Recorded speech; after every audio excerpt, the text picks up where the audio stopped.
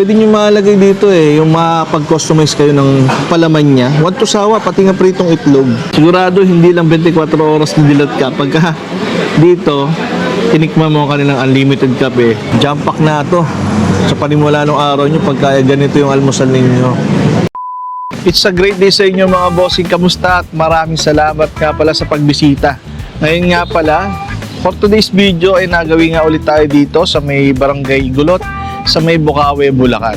Kung saan binisita nga ulit natin, eto, for the third time, si Lola's Garden. Dahil nga naman para matikman natin, na panimula ng araw natin itong kanilang unlimited almusal o binansagan nating power almusal ng Bulacan. Kaya tara, mga bossing, wag na natin patagalin. Samahan nyo ako at i-check na natin. Let's go! Yan mga bossing, what a great day today. Na talaga namang napakainit ng panahon at magandang-maganda. Nandito tayo ngayon sa may Bukawi, Bulacan, sa may Ciudad de Victoria. Para puntahan natin ulit to, si Lola's Garden, dahil mag-aalmusal tayo dito ng unlimited, want to sawa. Sa loob ng 1.5 oras. Diba? Ayan. Pabalik-balik tayo dito dahil nga naman napakasulit ng kanilang ino-offer na almusal dito. Kaya mga boss, tara, pasok tayo. Let's go!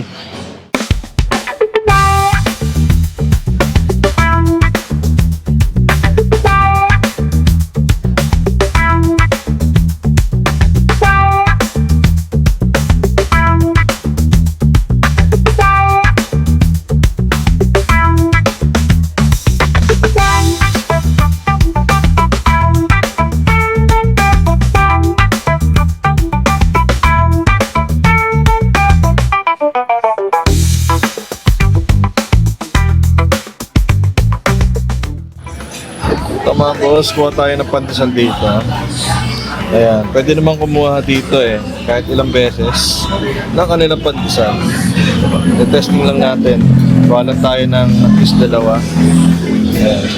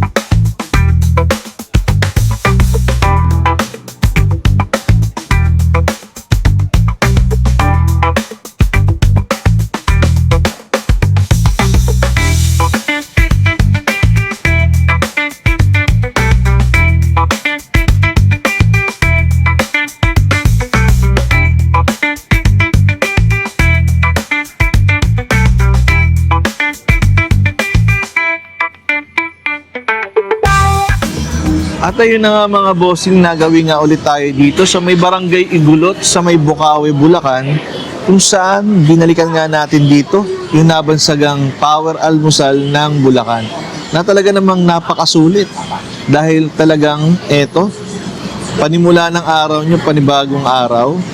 Actually, ito isa sa mga pinakasulit na pinupuntahan dito, lalo na kapag Sabado at Linggo, etong almusalan dito sa Lola's Garden. Ayan, na makikita lang dito sa may Plaza Central, malapit lang siya, Barangay Igulot, Ciudad de Victoria, sa may Bukawi, Bulacan.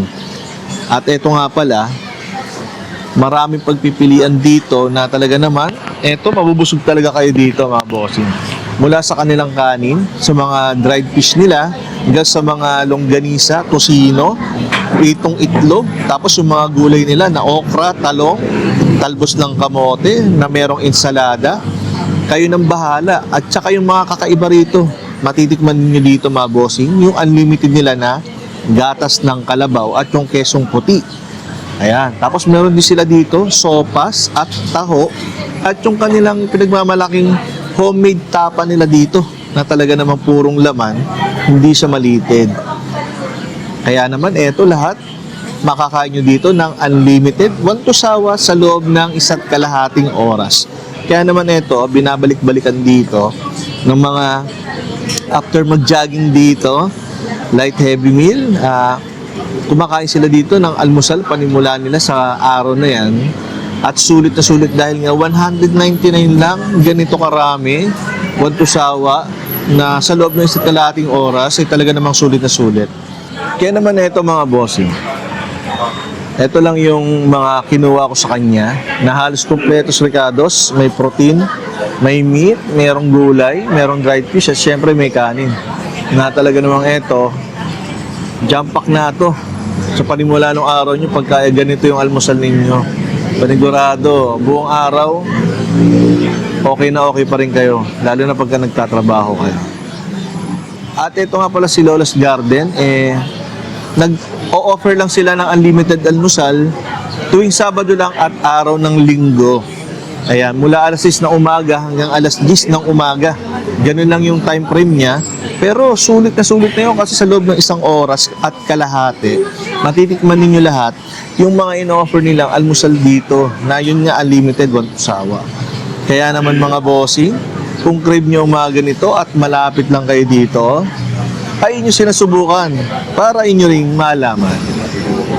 Lahat ng kombinasyon sa pandesal at kesong puti, pwede nyo malagay dito yung makapag-customize kayo ng palaman niya. Wantusawa, pati nga pritong itlog. Di ba? Okay na okay. Tapos sasabayan mo pa ng mainit nilang sopas at saka mainit na kape. Di ba? Okay na okay. Mabigat na agad sa tiyan. At eto pa, yung kanilang gatas ng kalabaw dito. Yung talaga namang sulit na sulit. Ito yung lagi kong binabalikan dito dahil ito parang para sa akin ay rare to yung mga ganitong klaseng almusal na gatas ng kalabaw na talagang pamprobinsya na lang. Ayan, tapos yung kesong puti pa nila na talagang dito sa Bulacan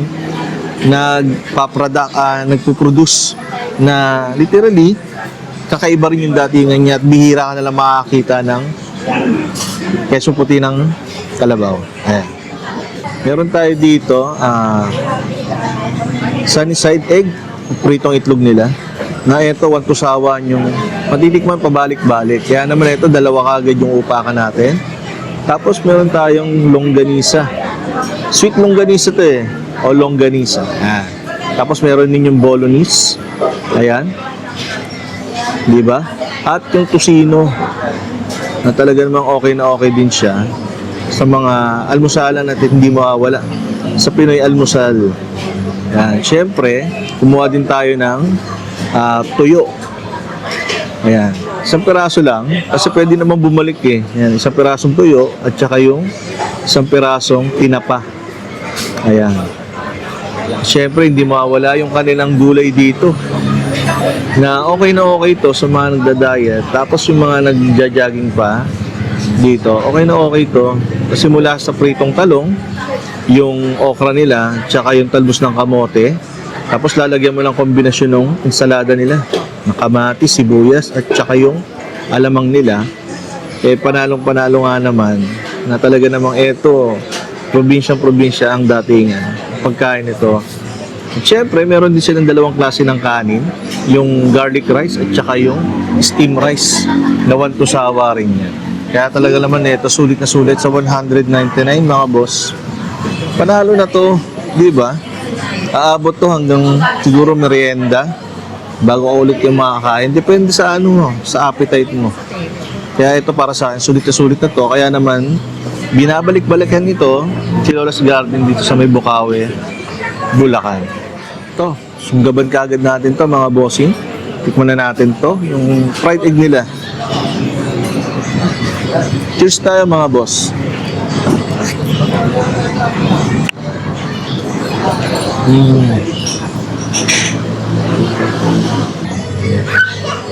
Okay na okay talaga. The best talaga ang itlog sa umaga.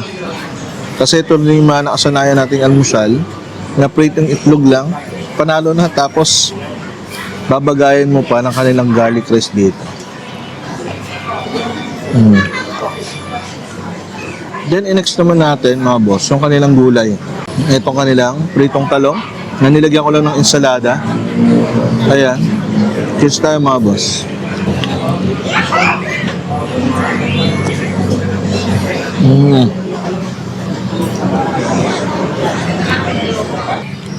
Actually mga bossing, kumuha rin ako sa kanila nung kanilang homemade tapa na sila mismo yung gumagawa. Diba, nakakatuwa kasi hindi siya malitid, purong laman siya, nakikita ko sa kanya. Tapos meron siyang bawang na buo, kaya okay na okay siya. Tapos ito mga bossing, kumuha din ako ng kanilang sopas. Kaya nilagyan ko na lang siya ng itlog na nilaga kasi nga unlimited din naman siya. Kaya okay na okay kasi pwede nyo ma-customize yung mga pwede nyo kainin sa kanila dito. Tsaka syempre, eto, ginamit ko ng ang baso dito para sa taho ko, yung talagang baso na ano talaga babasagin. Kasi para hindi ako bitin kung sa paper cup lang, eto, want to sawa, kahit isang balikan o bumalik ka pa, paulit-ulit, basta lang uubusin nyo, kaya nyo ubusin. Okay na okay. Bottoms up. Cheers tayo mga boss.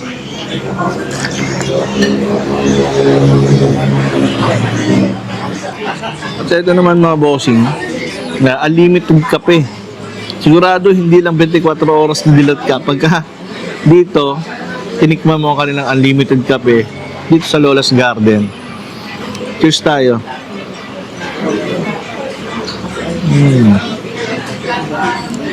Panalo-panalo yung cup sa umaga talaga. Kasabay ng mga ganitong almusal. Tapos unlimited pa. Di ba? Yun nga lang nga, dito mga bossing, self-service yung ginagawa nyo dito pagka nandito kayo. Kayo magtitimpla ng kape, kayo kukuha ng order nyo, mga napipili nyo, mga gusto nyo rito. Kayo mismo yung kukuha. Para nga naman, depende sa paningin nyo, sa appetite na gusto ninyo ha.